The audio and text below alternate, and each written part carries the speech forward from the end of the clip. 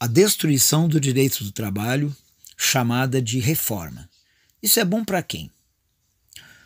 Bom dia, Cris, bom dia a todas as ouvintes e os ouvintes da Rádio Noroeste FM de Campinas. Na coluna de Direitos Humanos de hoje, nós gostaríamos de dialogar sobre uma questão que continua central, no nosso ponto de vista, na sociedade brasileira e no mundo todo, que é a questão do direito do trabalho e os ataques ao direito do trabalho, chamados de reformas, muitas vezes verdadeiras destruições do direito do trabalho, como foi o caso do Brasil. Inicialmente é importante recordar que no Brasil, mesmo nos momentos de maior avanço da legislação de proteção ao trabalho, isso sempre foi muito frágil, muito limitado. Por quê? Por que nós estamos dizendo isso? No sistema brasileiro, o principal direito, no caso do direito do trabalho, que é a garantia no emprego, praticamente não existiu. Nós tivemos durante um período de vigência da CLT, de 1943 até 1966, aquilo que era chamado de estabilidade no emprego, que era obtida quando se alcançava 10 anos de trabalho contínuo. Isso aí foi praticamente eliminado pela criação do Fundo de Garantia, né, por tempo de serviço, em 1966, e a estabilidade caiu e passou a valer a regra de permissão ampla, né, para demissão, para dispensa de trabalhadoras e trabalhadores. Portanto, é importante pensar, se a pessoa não tem garantido aquilo que é mais importante, que é um emprego, como ela vai se insurgir quando os demais direitos não são respeitados? Isso aí era uma coisa praticamente óbvia, e é impressionante que muitas pessoas não levassem isso em conta quando analisavam o direito do trabalho no Brasil. Nós tínhamos normas importantes de proteção ao trabalho no Brasil, mas não tínhamos a principal proteção, que era a garantia no emprego. Tanto que, e basta verificar, quem quiser fazer uma pesquisa na Justiça do Trabalho agora e em tantos anos de existência da Justiça do Trabalho e do direito do trabalho, mais de 90% dos processos trabalhistas, muito mais que 90%, diga de passagem, eram de pessoas que eram ex-empregadas daqueles empregadores. Era muito raro o trabalhador ou a trabalhadora que entrava com ação trabalhista para garantir os seus direitos na vigência do seu contrato de trabalho, enquanto estava trabalhando. Eram sempre ex-empregados, e mais de 90% com certeza.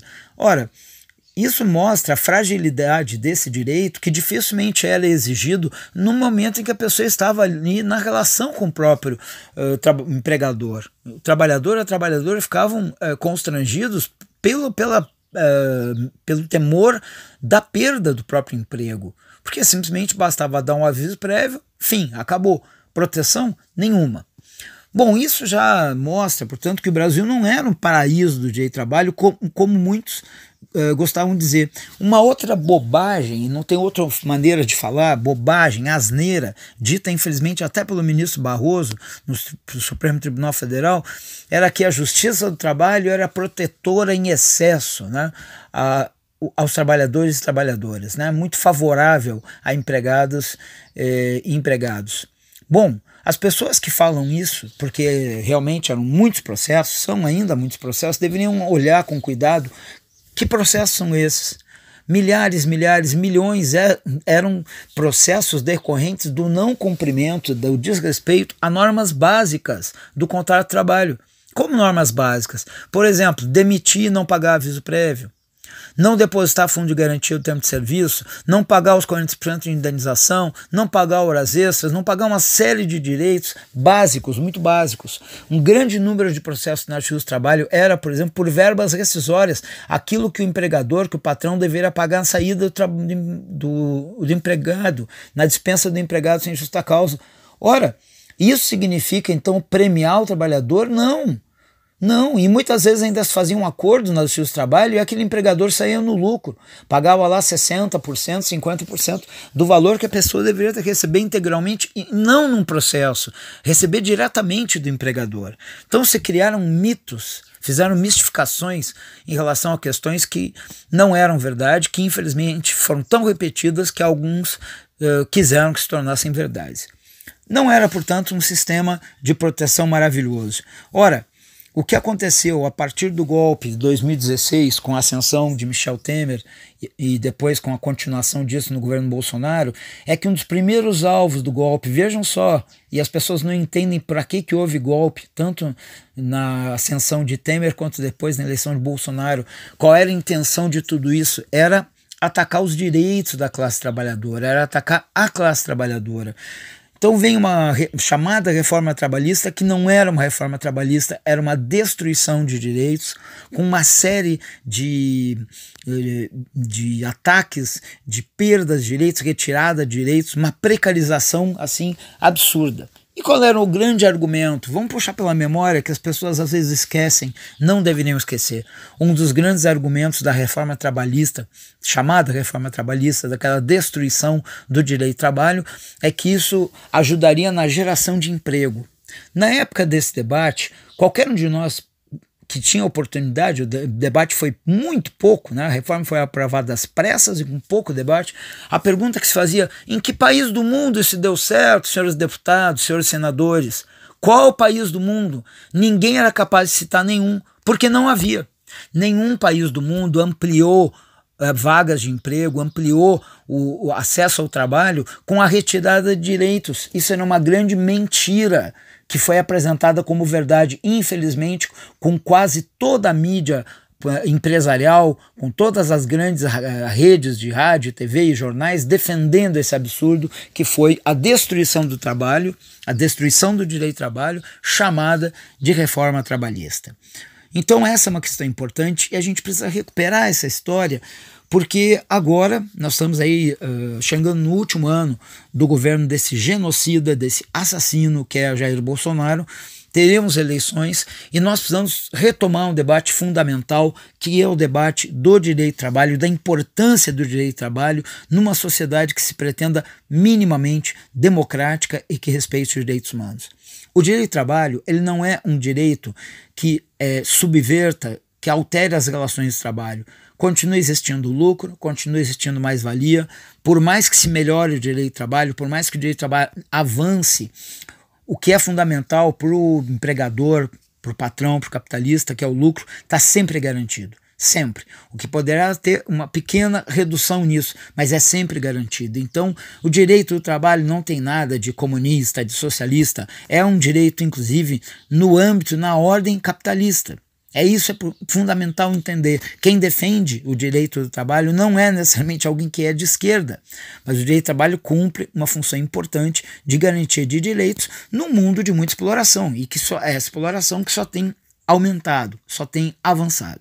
Esse debate é fundamental, portanto, porque nessas próximas eleições presidenciais, eleições federais, aliás, eleição de presidente, de Congresso também, Senado e Câmara dos Deputados, nós precisamos colocar esse debate. A Espanha, há um anúncio de que o governo espanhol, numa coligação que é coordenada pelo Partido Socialista Operário Espanhol, o PSOE, anuncia-se a revogação da reforma trabalhista feita naquele país, porque lá eles pagaram o mesmo mico que nós, né, engoliram o mesmo sapo, né, compraram esse gato por lebre, que era a reforma trabalhista para ampliar empregos. Não ampliou o emprego e o governo hoje, o atual governo do Partido Socialista Operário Espanhol, anuncia, portanto, a revogação dessa reforma trabalhista, da destruição do direito do trabalho que eles tiveram na Espanha. O que nós devemos fazer aqui no Brasil? Continuar resistindo aos ataques, porque infelizmente, além daquela destruição do direito do trabalho praticada no governo Temer, outras medidas a posteriori vêm com o sentido também de reduzir direitos. Não sei se vocês recordam, mas aquele conjunto de alterações que iam ser feitas na legislação, que era em relação à liberdade econômica, vinha junto mais uma destruição de direitos de trabalho, ou seja, a liberdade da economia tem que ser a liberdade de explorar o sangue da classe trabalhadora. Essa é a visão preponderante deste governo e no capitalismo. Então, nós precisamos primeiro evitar, impedir qualquer alteração para pior no direito do trabalho, agora, mas precisamos levar para o debate das eleições agora de 2022 a revogação completa da chamada reforma trabalhista, na verdade da destruição do direito do trabalho, junto com isso também a revogação daquela permissão ampliada da terceirização, e isso é preciso discutir também no Supremo Tribunal Federal, que infelizmente admitiu essa terceirização em ampla escala. A terceirização prejudica os direitos também da classe trabalhadora, e nós precisamos colocar esse debate como central nas eleições agora, além da defesa dos direitos humanos como um todo, da defesa da democracia. Nós temos que exigir das candidaturas que se digam comprometidas com os interesses populares, com os direitos humanos, que anunciem o fim da reforma trabalhista, dessa destruição do direito do trabalho que foi chamada de reforma trabalhista, a revogação dessas leis e o retorno de um direito do trabalho que, com todos os limites, tenha algum grau de proteção ao trabalho e à classe trabalhadora.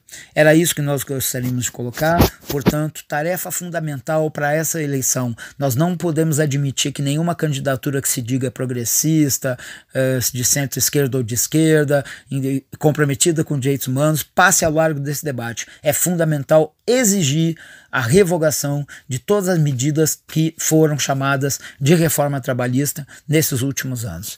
Era isso que nós gostaríamos de colocar, agradecer e desejar um bom dia.